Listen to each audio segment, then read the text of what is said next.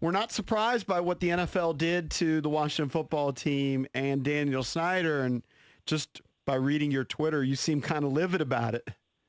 Well, how do we think this went down? Here, picture this.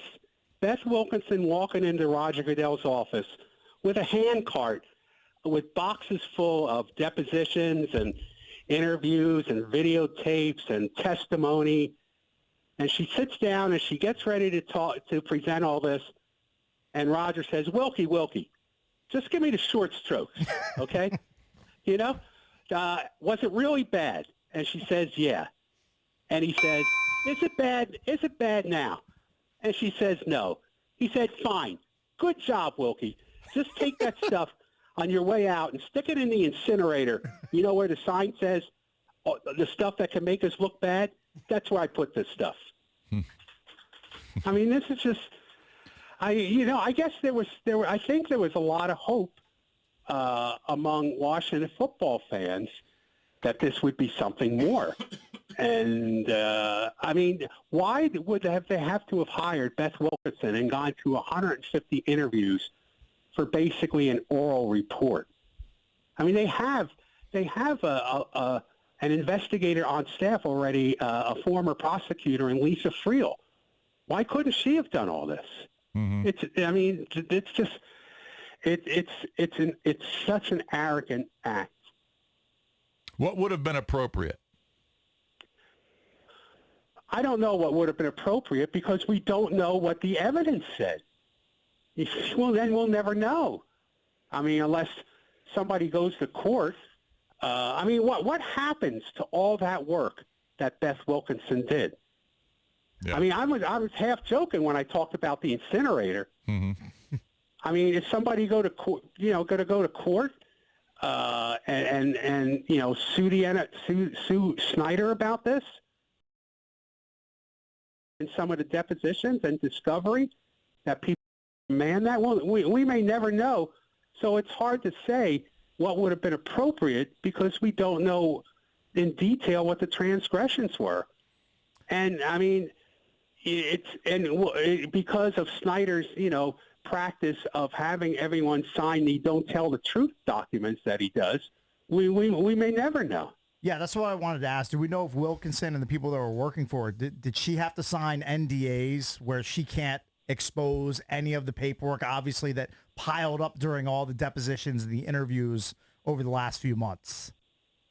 Well, I'm just guessing that because she represented the NFL, she can't divulge any of that. That would be, I'm just thinking that might be attorney-client privilege.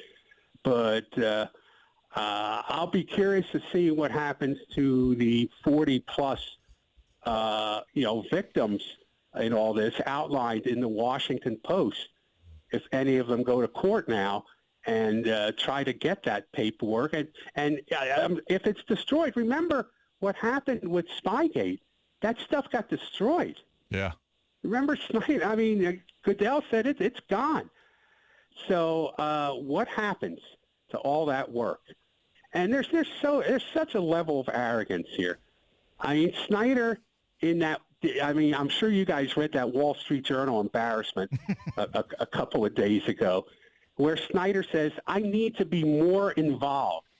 And then now what's he doing? He's stepping away. Right.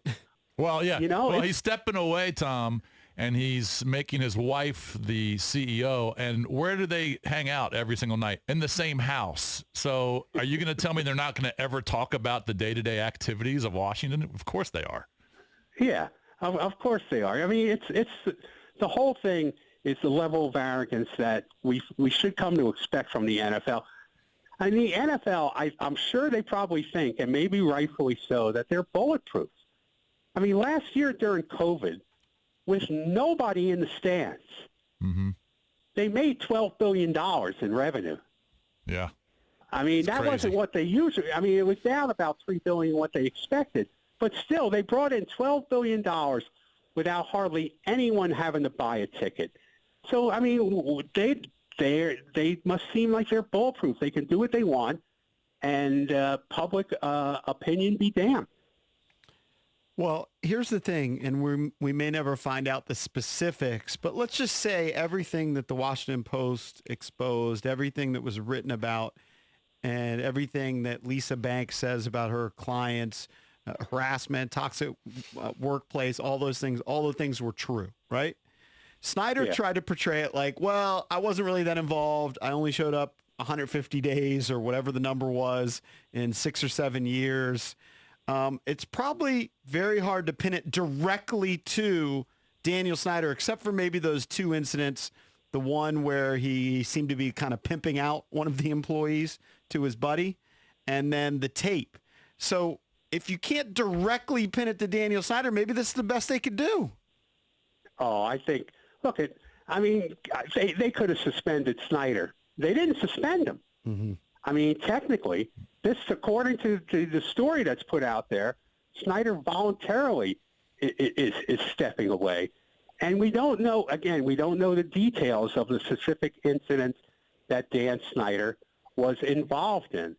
And something that I'll just, I've written about sports for 30 years, including the NFL, and something I just never get a grasp of is what's in the mind of these owners. I mean, they can't be oblivious to the hatred and despair of an entire fan base, and they can't be oblivious to the damage that Snyder's ownership has done in the ratings, at the box office. I mean, this is the capital of the United States, where the NFL does lobbying every day on Capitol Hill, and they have to read and hear stories day after day, for the most part, about how destructive and deceitful Snyder's ownership has been. That seems to have no impact on him, and the only thing I can think of is all the owners look at this and say, there, but for the grace of God go I. Well, Thom, if they can get rid of Dan Snyder, they can get rid of me. Thom, I know they worded it voluntary, but there's no way it was voluntary. Because, I know. Because Goodell, if it was voluntary, then Snyder could come back whenever he wants. And Goodell said, I'll let you know when you can come back. It technically is a suspension, although it's a week suspension because his wife is going to be running the show, and they'll be talking over the day-to-day activities over dinner every night. Yeah. Look, they seem to be banking a lot on the Jason Wright, Ron Rivera new regime, and the feel-goodness of what's happened since they've both been in place. And I certainly understand that to some point. There is this perception that the toxicity that was there is no longer there. But this is a house of cards. They're one incident, one step away from being a total disaster all over again. And let's remember, for all the faith we want to put in Ron Rivera, Jerry Richardson had his little party in Carolina when Ron Rivera was the coach there. Yeah. Okay, he is the football coach when it comes down to it, and that's it. But Thom, here's why I think Dan Snyder he couldn't care less about what's happened and what's transpired, because right now the team is worth $3.5 billion-ish according to Forbes, and there was a report, I'm sure you saw it, that came out earlier in the week, that with the proliferation of legal gambling, they're forecasting that NFL franchises are going to be worth $7 to $8 billion a piece within the next few years. So he can do nothing and hopefully just make some, at least on the surface, cosmetic changes and do some things right with the front office, and his investment is going to double over the next few years. So like you said, they're very cavalier about it because they keep doing what they're doing and they keep making more and more money. They must look at themselves sometime and say, believe we got away with this? Right. I mean, but you're right. You're right. I mean, it just seems like a bulletproof business with no negative impact in sight, moving forward. So, I mean, again, there's a lot of faith being put in the changes that they have made. And I understand that. I mean, everybody out at the building there seems to be saying and doing the right thing. But, if the atmosphere was toxic, I mean, come on, let's face it. Dan Snyder is toxic. You don't become untoxic just like that. I mean, there's no ritual you go through where you're no longer toxic. It's So, true, I and mean, I don't mean to be total devil's advocate here, but I keep saying, all right, everything happened in the past that happened, right? But now you've brought in Julie Donaldson, you've brought in Jason Wright, and if you let them do their jobs, the culture can improve. The workplace atmosphere can improve. There's more diversity. There's, better people in place. But in order to make a shift, a culture shift and a business shift in this franchise, there's going to have to be along the way some difficult decisions. Look at head on. Right. And he started right from the beginning with the difficult decisions that had to be made, and that didn't go over well with Snyder Because they didn't let him do his job. Right. So now I think the new regime is kind of easing into it, and that may be the right way to go. But at some point, they're going to have to, go to Snyder and say, you've got to do this or you've got to do that. He's going to say, no, I don't have to do that. That's not me. That's not what I do. And that's why it's a house of cards. I mean, ultimately, Dan Snyder will find a way to create havoc again. It's his nature. It's who he is. Right. And the last thing I believe is when he puts out the statement that he is remorseful, he's deeply sorry about whatever happened to the 40 women, and he didn't know about. I don't believe anything he says. No, I don't. For the most part, all of his. I know he's not remorseful. No way. In the interview that he gave in that Wall Street Journal embarrassment, it was always we, never I. I mean, it was Bruce's fault. It was Mike Shanahan's fault. It was the minority owners' fault. If you read that story, at the bottom of the story, they indicated that now that he's got the minority owners out of the way, there's going to be some change coming. I had no idea that Fred Smith was such a problem for that franchise. Right. Hey, Tom, in all those years you worked underneath him on the radio side, did you ever cross paths? This is hard to believe, considering how long I've covered sports in this town, but I've never met him under any. You know what? Your life is better for it. Yeah, definitely is. I can tell But you that much. he signed your checks for a while, right?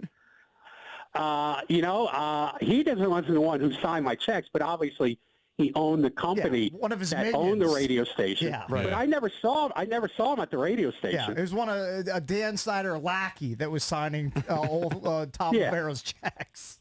Yeah. Got you. All right. And it I guess didn't you didn't see him at the stop- company and- Christmas party.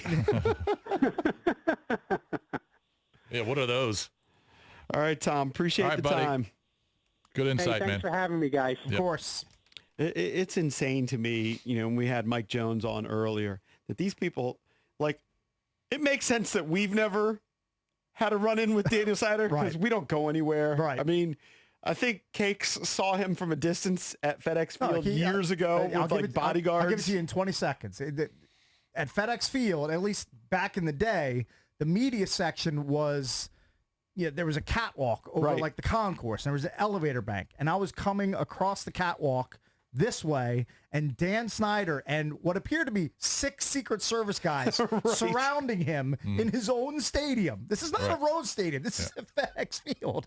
He comes out of the elevator bank, and I basically get pushed to the side as he goes into the media area or into his owner suite area there in FedEx Field. And you can barely see him because all these got big, beefy guys, protecting him from his own fans. Right, but it makes sense. That's It what it makes is from sense his own that fans, we yes. haven't seen him because we don't go to locker room. But the amazing thing is these guys like Mike Jones, who we had on the show earlier today at 7:20. If you missed it, great interview. Use the rewind feature, Odyssey app. It's fantastic. And go back in time. Anyway, he said in all the years he's covered them going to the park every day. Goes to Redskins Park every day. And Thom Loverro, who's been doing it for years. They don't run into him. Yeah. They don't see him. They don't interact with him. Of course they don't. 'Cause Just think of the people who cover the Cowboys. They probably run into Jones all the Yeah. time. they don't run into Dan They probably Snyder. have one-on-one conversations And he all the does time. radio shows, and he does He does interviews. everything. He does everything, yeah. I think as a bit, we should put in a request for Daniel Snyder. Yeah, I'm sure. Every day. I know how that's going to turn out. All right, got to take a break. Coming up next, we will switch gears, open up the entertainment page with Cakes trying to entertain us here on The Fan.